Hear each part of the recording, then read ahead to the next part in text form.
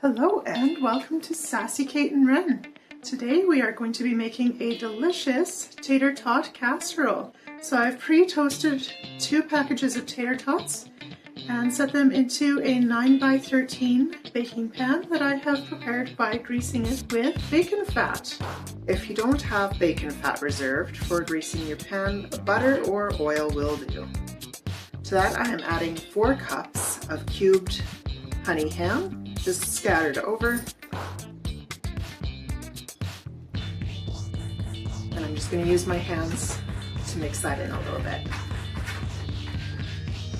allowing the ham to settle down in. So into a mixing bowl, we are going to add 8 eggs.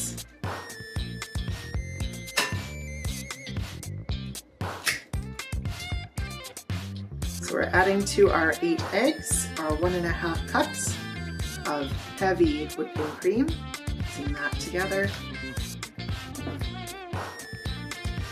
2 cups of Gruyere cheese, 1/4 cup of grainy Dijon mustard, a teaspoon each salt and pepper, and 2 tablespoons of dried or fresh thyme. Now we've got our lovely cheese, egg, cream, and seasoning mixture here. We're just going to pour that over top of our tater tots.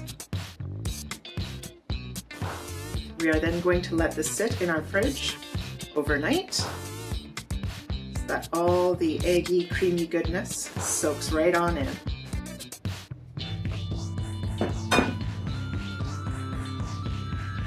You're going to take it out and cover it with tin foil while you preheat your oven to 350 degrees.